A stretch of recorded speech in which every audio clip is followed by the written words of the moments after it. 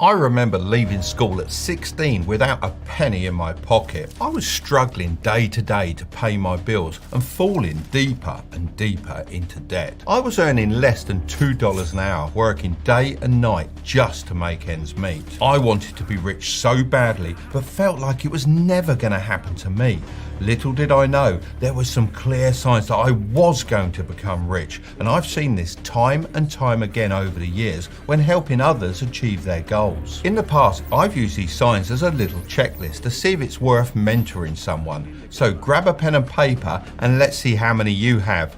Let me know in the comments if you check all 7. Number 1, you know that the phrase, money won't fix your problems, is a load of rubbish. There's nothing worse than someone rich saying, money won't fix your problems. Trust me, I've been there. You see, I believe there are 2 different types of problems we all face.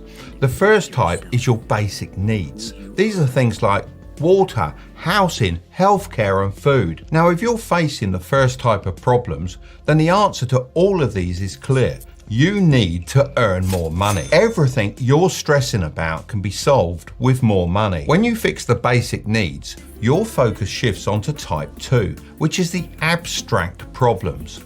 These are things money definitely can't fix, such as love, happiness and fulfillment. For me, that's always been about spending time with my family, enjoying my hobbies, my interests, and running a business that I'm truly passionate about. So you can definitely be broke but happy. You can also be rich but sad. However, wouldn't you prefer to be rich and happy? The puppet masters have brainwashed everyday people into believing that they don't actually want money, all while they trade years of their life working a job they hate for a tiny salary. If I see that someone actually buys into the thinking that money isn't desirable, then I can't see how they're ever going to make enough to be rich. Even when I was completely broke, I didn't ever think this way. If you're able to ignore all of this, then you're on the right track. Number 2, when you see an obstacle, you overcome it. Successful people focus on the opportunities rather than the things holding them back. Now is one of the best times to start a new side hustle, as there are so many different industries booming online. Let's say you have the most amazing business idea that has the potential to make you millions of dollars, but you never act on it because too many things are standing in your way. How much is that idea actually worth to you? Well, the answer is absolutely nothing if you're not going to work on it. Have you ever chatted with a friend and they say, you know what, I've got the best business idea in the world. They're extremely motivated, certain that this will make them richer than rich itself. You then meet up with them 6 months later down the line and you ask them, how's everything going? And you're really excited for them. Oh, I haven't started yet. And the reason is, oh, because the government, my job, the economy. They've got excuse after excuse. The list goes on and on. When most people see a problem, they say it's bad luck. They quit and they stop trying. When rich people run into problems, they might scratch their heads for a while, but they don't give up. They strike when they have the most passion and the most motivation. The longer you leave an idea stuck up here in your head, the longer you'll have time to convince yourself that it'll never work. So if you're the type to just get going and sort the problems as you go, then there's a high chance you'll become rich. Number 3, you prioritize buying assets when possible. When was the last time you thought about buying something and took the time to decide if the item was going to help bring money into your life or drain money away from your life? We're constantly living on a seesaw. On one side, you've got fancy cars, designer clothes, and unnecessary gadgets. On the other side, we've got rental properties, watches, and stocks. By taking advantage of when the economy is on its knees and buying up lots of long-term assets, you could easily set yourself up financially for the rest of your life. The first $100,000 is the hardest money you'll ever earn. The truth is that getting your money to work for you and not the other way around is the only way to achieve real long-term wealth. I'm sure you've heard this before. However, I know that sometimes it can feel less scary just letting your money sit in a savings account rather than investing it elsewhere. If this is how you feel, then money market funds might be a good option for you. They normally have better interest rates than savings accounts, while not being as risky as investing in stocks. Instead, these money market funds invest in high quality, short-term debt from governments, banks or corporations. I like investing some of my money in these funds on Lightyear because I can easily draw it out when I need to, rather than having to worry about the ups and downs of the stock market. The interest, otherwise known as the yield, is paid into my account on the first of every month. However, the interest amount does change daily, so it's not super predictable, just like the British weather. You can do the same if you live in the UK or one of these countries, because on apps like the one I just mentioned called Lightyear, you have access to AAA rated BlackRock money market funds and can start investing from just £1, euro or dollar. So if this interests you, feel free to use my code Tilbury to get a free $10 fractional share when you sign up for Lightyear. Using this affiliate link and code is also a great way to support this channel, as I'm able to put the commissions we receive into creating more videos. And let me remind you, investing always carries a risk, and the value of any investment can decrease as well as increase, so be sure to invest wisely and do your research. Number 4, you know there is so much more to learn. How many people do you know that when they have a couple of days off or during the evening spend all their spare time playing video games and watching Netflix? I'm willing to bet quite a few. Look, there is nothing wrong with binging a TV series once in a while. I'm talking about the people that don't watch or read anything educational. They falsely believe that education stops when you leave school.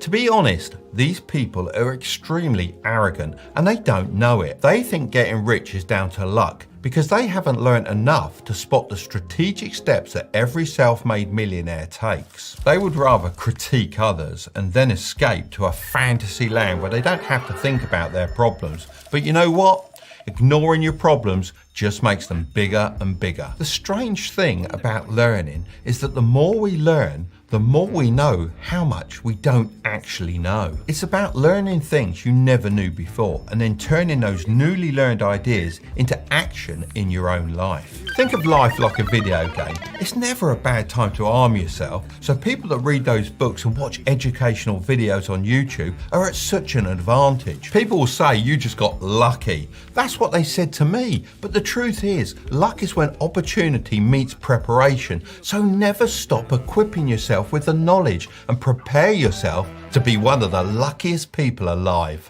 Number 5, you don't compare yourself to others. Comparing ourselves to others and trying to keep up with their success without fully understanding their situation can cause us to make some silly decisions in the heat of the moment. Let's take Tiger Woods for example.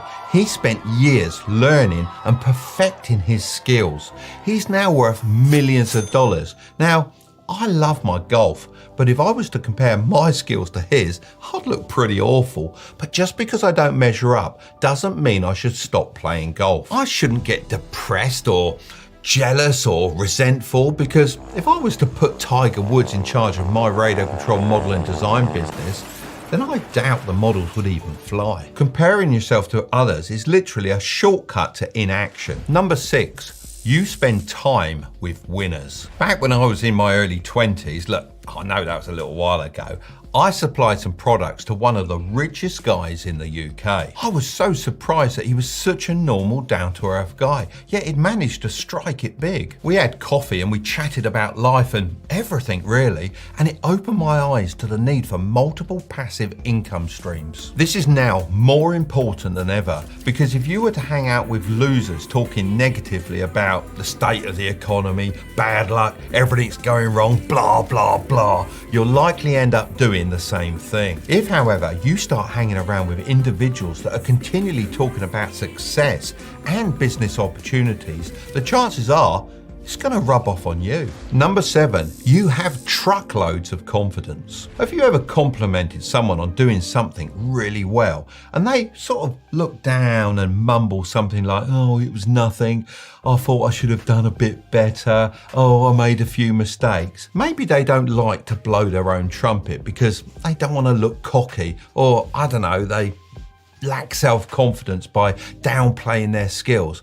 They make others think they're worthless. This is even more important when you have a side hustle or a high-paid job, because the more confident you can be, the more confident your clients or your team will be in your abilities. There isn't much money going around at the moment, so the more confident everyone is in your abilities, the better you're going to do. Confidence also allows you to take calculated risks, as you know you can come out the other side with even more. For example, let's say you won $500,000 on the lottery, and this was your favourite car, the Lamborghini Aventador. Now, a person with low confidence would probably spend it all on the car because that's what they've always wanted all their life, as they feel this will give them validation. They've dreamed of buying this car and they feel that they'll never have enough money to be able to afford it ever again. They go out and buy the car and get an instant rush and feeling of, great, I've got what I've always wanted. A confident person would believe in their ability to make more money,